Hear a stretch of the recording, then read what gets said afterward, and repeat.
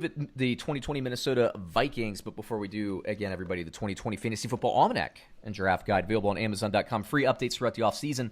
I also have some free giveaways, some freebies, so you can sign up for the updates, and I'll get you the latest information. It's the latest published guide. It is always the most up to date. So once again, click that link below in Amazon.com. Better sleepers, better draft strategy. It's just the best thing out there, baby. So the 2020 Minnesota Vikings. Let's start with this. The 2019 Minnesota Vikings. I like them, man. Kirk Cousins took a little bit of a step forward for me. Do you agree? Well,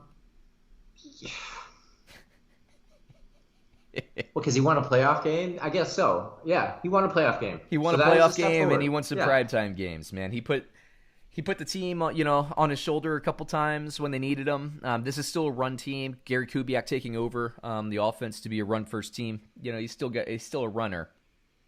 I'm sorry, not Kirk Cousins, but the offense is still a running offense. Kirk Cousins, man, 69% passer, 26 touchdowns, 6 interceptions, efficient. He played well. I want to say this, though, and I know I'm going to sound like a hater. Minnesota has a great roster. Dude, do you agree? Good, man. They're really good. They're and good. I think that their receiving core is really good. Yeah, I agree. Not as good now that what's his name left. Stefon Diggs is gone. Stefon Diggs Right. is gone. So it's funny. So I'm looking at their losses, right? And I say again, I said at the top of the show, coming into the offseason, Minnesota was my team in the NFC North. I thought that they, even though they didn't win the division, I thought they were the better team last year. I really do think that they were better than the Green Bay Packers. They just didn't have a better record. And what that means is, like, similarly, I thought Kansas City going into the playoffs was better than Baltimore. Even all the hype was around them. I would say the same is true for me for Minnesota. I thought Minnesota was the better team than Green Bay, but Green Bay, made the NFC Championship. So good for them. They lose a lot of pieces, Brad. A lot of pieces, especially at cornerback. Their defense didn't play well to start the year, but they kind of got things going towards the end of the year. They didn't add a ton in free agency, but when they traded Diggs away, basically what they did is they traded Diggs away. You still have Adam Thielen on one side. Now they have what a lot of people think might be the most NFL-ready receiver in Justin Jefferson on the other side, although this is a great offensive class. And I would say my favorite receiver this year personally is Ruggs in Oakland. I'm sorry, not Oakland, Las Vegas. Justin Jefferson, he should be able to come right away and make an impact. But they also have they don't have to rely on him because I think Olabisi Johnson did well when Thielen was hurt. So they have something on the other side. They add Tajay Sharp in free agency as well, so they added some veteran leadership. They lose Kevin Stefanski, who goes to Cleveland, which I think would hurt, except I think Gary Kubiak's actually a better offensive coordinator and has the track record to prove it, including a Super Bowl win as a head coach. And their draft class, dude, is loaded. They had like 80 picks and just reloaded the cupboard. And so when I thought Green Bay could have taken control of this division with a good free agent signing at either tight end or receiver, and they didn't do it. And then we talked about the draft already with them. They decided not to do that. To me, it was one or the other. You gotta bring some talent into that receiving group. Green Bay didn't do that. Minnesota, I think, is as good, if not better, offensively this year than they were last year, which is, a compliment, a significant compliment. And I think the defense is going to be similar because they have so many pieces. I think the defense is going to struggle to start the year, but this is a Zimmer-led defense. They're going to be good. And by the end of the year, I think it'll be very similar. By the end of the year, I think we're going to be looking at Minnesota as probably the best team in this division. I think it wouldn't shock me if at 8 games into the season, we see Minnesota at 4-4, 5-3, and people be like, what's going on with Minnesota? And then they go on a little bit of a run to end the year. But I'm going to throw it back to you, Brad. How do you feel about that? I think that Minnesota is a fantastic team. They're always the one where it's like, come on, they're the ones. And I don't disagree. I am curious, though, is why you're always tipping the hat towards Minnesota and not Green Bay. What is that about you? Tell me. Well, first of all, I like to bother you. I think that's true. Yeah, beyond that. Yes. So check that off the list. Check that one off. No, I mean, I like the way, and it's funny you say that because our YouTube audience swears that I hate Minnesota. I just think that I think sorry to interrupt. Go ahead. There's a couple things. First of all, I think Zimmer is completely underrated as a head coach. We were talking about how Tomlin's a little underrated, but he's still in the upper echelon. Zimmer's a really good coach. They have kind of that program. I talk about program a lot on the show. This the New England Patriots program. Do they have an ability to draft and to teach players to where if there's an injury, another guy can step up and play well? I love their depth more than any other team in this division, right?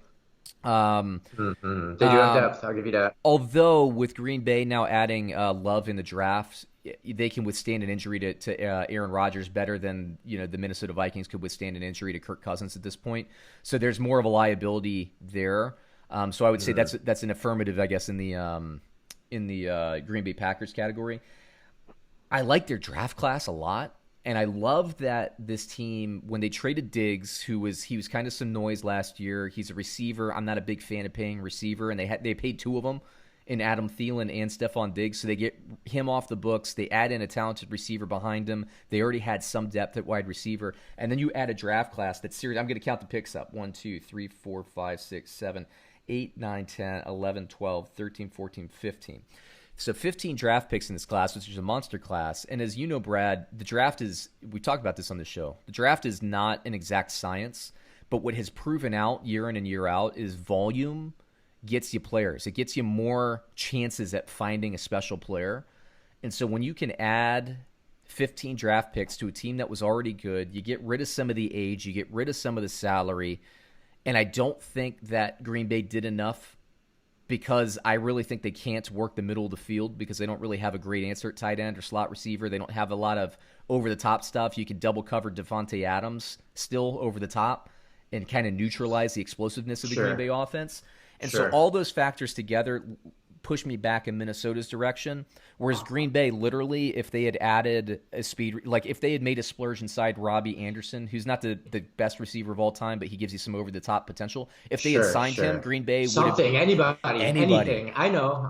If they had signed Robbie Anderson, they would have been back to possibly NFC Championship game, but definitely divisional round playoff and best team in the division for 2020. But they didn't do that. And Minnesota, although they got weaker with Stefon Diggs leaving, I think they get stronger with Gary Kubiak coming in, because what I do know about Kubiak and the Shanahan offensive philosophy is even if you don't have the best receivers in the world, the scheme is going to get receivers open. It's just, even if your receivers are bad, they're going to be open because the scheme is that complex and that good, and Kirk Cousins knows that scheme. So I think we're actually going to see more passing from Minnesota this year in a good way. And, man. And I love their running back. Dalvin Cook I love, but I also love their backup in Alexander Mattison. I think he's good. Nobody knows who he is. So they're good. They're a strong roster. And top to bottom, dude, Minnesota has been well-rounded and very balanced for 5 years. Yeah. Right? Yeah. I mean, they've had a really good roster for quite some time now. I'll give you that. Yeah, and so that's why, Green Bay, I think they really – and I like Green Bay. I really do. And I like Minnesota too. I like these old school teams generally because I don't really root for a team anymore. So I like themes. I like to see Green Bay and Minnesota both good. And that last week of the season they're playing for the division. I want to see that as an NFL fan, right? I like when Chicago's good, but when I think of Chicago from when I was growing up, I think of winning games 6-3. That's not the fun side of the NFL for me because I like points. I like to see in this NFC North, I like to see Minnesota and Green Bay battling it out.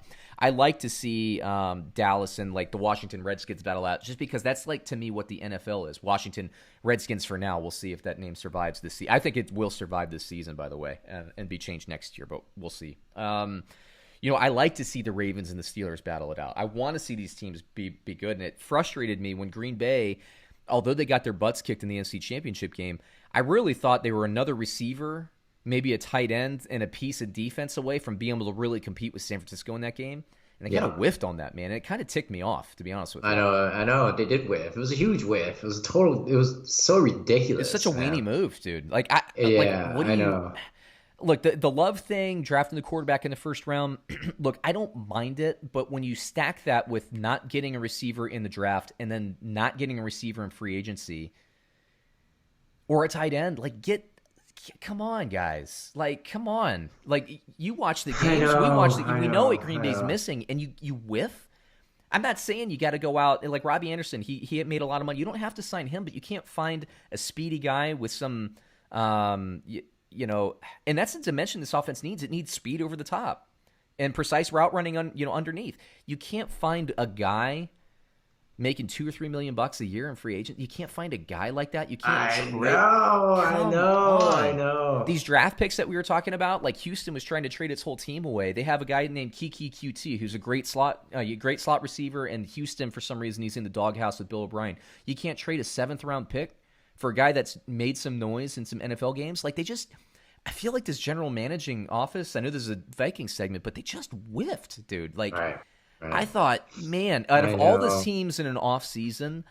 Yeah, but Sean, I know I keep saying this. You say whiff, and I say, well, a rookie wide receiver is not the answer. But I'm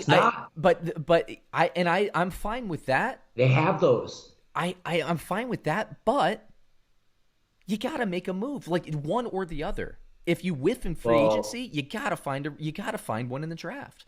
And I think they should have signed one. And not Devin Funchess. Yeah, like Funchess, I like Funchess, by the way. I think he's underrated. I think he's going to be a really nice red zone target. Well, so maybe he's a great number 2. Maybe that's it. Maybe he's the one. Yeah, number 2 is right in the toilet. Yeah, well. Yeah. So Minnesota, like I'm sorry, I think their organization is just kind of running circles around the Green Bay Packers organization at this point. With respect to the Brian Love pick, I think getting your quarterback that's going to be able to run that offense for the next 10 years, I think fantastic. They can do that, but gosh, man, give them some weapons. Aaron Rodgers, we're just talking about it. Like Aaron Rodgers looks like he's regressing statistically, but it's because his receivers can't get any separation. Yeah, it is. They can't. They're not doing anything out there.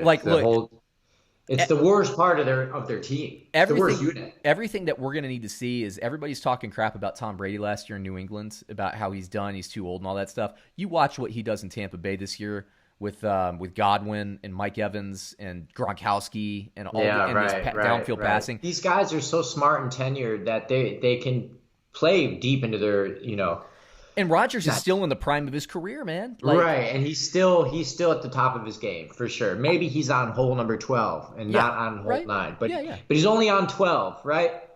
Still a lot of golf left, right? He's got a lot of balls to hit left. Yeah, man. So I think if I'm Rodgers, I'd be pissed. Minnesota, I think with what they did this offseason, I really think that they've, as an organization, moved to the class of the division. Whereas Green Bay could have actually – I always felt like Minnesota would probably be the better long-term sustainable organization, but I felt like Green Bay could take the reins for the next 2 years, maybe 3 years, and I got to say Minnesota didn't lose much. So I think the division is more competitive, but let me hit you with the over-under, Brad, now with Minnesota. 9 wins for Minnesota Vikings this year. I'll go over. Yeah. I'm safe on the over. They're my favorite team in the division this year. So I was over on the Packers, kind of inch over, and I'm over. This is the best value I think in the division. Minnesota Vikings. The only way they wouldn't hit the over is if Kirk Cousins gets hurt and they have to go to a backup that they don't like. So there it is, brother. Everybody, I think that's the show. You can check out the 2020 Fantasy Football Almanac and Draft Guide. Once again, Amazon.com. Better sleepers, better draft strategy, free updates throughout the offseason. Click the link below. We're about to hit camp, everybody. We're only a week away from training camp, which is fantastic. So check that out. Brad, anything else to say to the crowd before we really close down the show?